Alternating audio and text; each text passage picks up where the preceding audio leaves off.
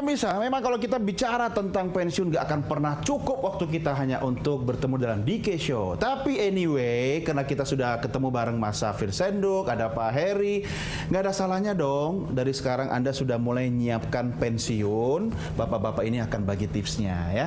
Nah tadi Pak Heri sudah mulai masuk tuh, lebih teknis gitu kan. Tapi sebelum lebih dalam, Mas Safir, ya, yang namanya persiapan pensiun, bayangan saya ini kan kita nyiapin modal gitu kan. Ya, betul. Bentuknya bisa macam-macam, bisa uang gitu, bisa benda atau logam mulia, bisa ya. Betul. Investasi misalnya tanah begitu boleh. Kalau produk-produk seperti asuransi, reksadana dan sebagainya itu menurut Anda layak tidak untuk jadi persiapan pensiun? Iya, jadi gini, yang bisa kita lakukan adalah sebetulnya ada dua macam. Jadi pertama adalah kita bisa sisihkan uang secara rutin ya, untuk kita sisihkan ke katakan program dana pensiun itu tadi ya. Nanti si program dana pensiun itu nanti akan memilih untuk dimasukkan ke saham biar aja mereka yang ngurus ya. Kita fokus kerja. Betul. Gitu ya. Tapi yang kedua bisa juga kita bisa menyisihkan dan melakukan investasi sendiri.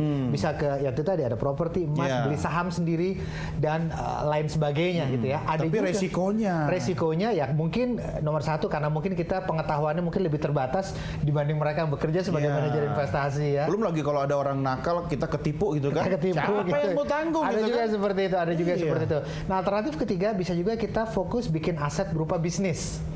Ada juga, jadi kita banyak anak-anak muda nih dari umur 20-an dia udah bikin bisnis sendiri ya. Pertama dulu dia terseok-seok gitu, tapi lama-lama umur 35, 40 ya, bisnisnya sudah jadi bagus, stabil, dan bisnis itu yang bisa digunakan terutama para pengusaha yang memfranchise-kan bisnis. Kan jaringannya banyak tuh ya. Benar. Ketika pensiun mereka bisa hidup dari bisnis itu. Tapi tadi kalau pertanyaan Dike tadi balik ke investasi, semua pada prinsipnya bisa, tapi saya membaginya menjadi dua bagian. Pertama, kalau mereka masih sangat muda, maka tidak apa-apa memilih untuk berinvestasi ke investasi yang berisiko tinggi. Walaupun tidak apa-apa memilih investasi yang memberikan potensi untung besar, walaupun resikonya juga besar. Kenapa? Karena pensiunnya masih jauh. Katakan dia masuk ke pasar modal misalnya. Karena pasar modal sekarang lagi bagus-bagusnya ya. Apalagi kata ada uang masuk gitu ya.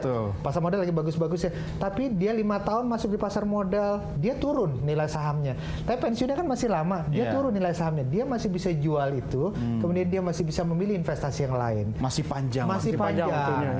Tapi kalau dia sudah dekat-dekat mau pensiun, katakan 3 tahun lagi mau pensiun, terus dia berinvestasinya baru sekarang ke pasar modal, katakan pas lagi turun 2 tahun pas lagi turun, wah pensiunnya kan udah deket, langsung kecil uangnya, langsung kecil gitu ya. Bukan cuma dapat pensiun, dapat serangan jantung. Jadi kalau misalnya masih jauh, tidak apa-apa dia masuk ke pasar modal, mungkin properti. Ingat, properti itu walaupun semua orang bilang nilainya naik, tapi coba Anda jual properti. Menjual properti tidak semudah menjual kacang goreng. Terutama bagi kita nggak punya pengalaman jual beli properti ya. Tapi memang developer pasti bilang pasti naik. Benar sih naik. Tapi coba jual, belum tentu seminggu kejual. Iya, butuh waktu juga ya. Butuh waktu, betul. Jadi kalau masih jauh tidak apa-apa seperti itu. Kemudian investasi-investasi selain pasar modal, kemudian properti. Nah, tetapi kalau misalnya dia sudah tengah-tengah sampai mau deket, kalau tengah-tengah tiap orang beda-beda. Saya dengan Pak Suheri mungkin tengah-tengah mungkin ukurannya berbeda. Tapi mungkin kalau udah 10 tahun lagi saya menganggap itu sudah semakin dekat itu ya. Mulai sensitif ini. Tapi Pak Heri memang sudah pengalamannya panjang. Beliau ini kan juga memimpin sebuah institusi dana pensiun kan Pak. Kemudian brandnya juga cukup besar gitu kan. Tapi Pak Heri tadi yang angka 5% itu kan kayaknya miris banget ya. Nah itu dia. Tapi gini, Pak. Jadi begini sebenarnya, kalau dilihat struktur dana pensiun itu mestinya ya, di situ ada 3 pilar kita menyebutnya. Pilar pertama itu adalah pilar yang wajib ya, dan kebetulan pemerintah sudah melakukan sekarang, yaitu BPJS, BPJS jaminan pensiun BPJS ketenagakerjaan. Nah, masuk kita ke pilar kedua. Pilar kedua ini sebetulnya support by company. Jadi contohnya dana pensiun pemberi kerja, atau company-nya membayarkan dana pensiun karyawan melalui DPLK misalkan. Dia tidak betul sendiri, tapi dibelikan DPLK.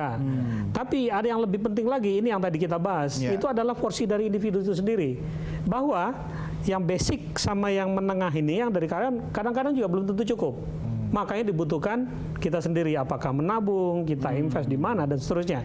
Kalau 3 pilar ini berjalan, rasanya itu secara keuangan kita aman lah, mudah-mudahan pada saat dia pensiun. Nah, saya ingin membawa sedikit perspektif tentang persiapan pensiun ini. Karena sebetulnya sesungguhnya persiapan pensiun itu bukan hanya dari segi keuangan saja. ada faktor lain. Bagaimana seseorang pada saat dia pensiun dia bisa menghadapi itu. Ini jauh lebih penting sebetulnya. Mental ya, betul. Psikisnya gitu ya. Betul. Kenapa? Walaupun uangnya banyak, gitu ya, begitu dia pensiun dapat uang banyak, tapi secara mental yang nggak siap. Pensiun. Bisa setahun 2 tahun, wah bisa lewat itu. Lewat. Ada pengalaman kayak gitu, Wah, kasus banyak ya. Terima duit, kemudian nggak bisa kelola. Kaget. 2 tahun kemudian duitnya habis, minta sana sini sama teman-teman, ya. Kemudian nggak kuat menahan situasi itu, ya. Kita tahu Itu kan? Kalau di istilahnya di kita ada 3 istilah tuh, tuh, Pak? Dike, ya. Stres, stroke, stop. Selesai gitu. Kalau stres tandanya kita masih hidup. Ya, karena hidup penuh dengan berbagai persoalan untuk kita hadapi. Kalau gitu stroke? kan. Kalau stroke, udah bahaya. Butuh asuransi atau dukungan dana kesehatan Betul. gitu kan. Kalau sudah stop, ya udah habis. Mari kita doakan sama-sama. Makanya dalam persiapan pensiun ini kita harus perhatikan 2 itu. Mungkin untuk yang muda, mulailah berpikir supaya quality dari uang yang dia dapat pada saat dia pensiun nanti itu sangat menjanjikan. Iya, Ya, kalau saya itu buat rumus biasanya. Apa rumusnya, Pak? Kepada karyawan yang baru masuk, saya buat rumus bahwa manfaat pensiun itu fungsi daripada besarnya gaji, lama bekerja, dan hasil investasi. Nah, itu semuanya dikontrol oleh karyawan sebetulnya. Jadi kalau bilang gaji itu kan saya HRD atau perusahaan itu enggak sebetulnya. Betul. Gaji itu fungsi dari apa? Fungsi dari jabatan yang bersangkutan dan produktivitasnya dia. Gitu kan? Tanya lagi, jabatan itu fungsi dari mana? Saya harus bisa naikin diri saya sendiri. Betul. Karena jabatan itu fungsi dari apa? Productivity dan attitude-nya dia. Nah, kalau semua ini beres, yakin uang pensiunnya bagus. Tapi satu sisi lagi, bagaimana persiapannya? Makanya sedikit saya singgung, bagaimana kita kalau di tempat saya misalkan, kita bantu karyawan itu dalam mempersiapkan diri menghadapi pensiun. 2 tahun sebelum pensiun, 2 tahun sebelumnya sudah mulai ada dibantu. pelatihan-pelatihan dan yang sifatnya itu berkesinambungan.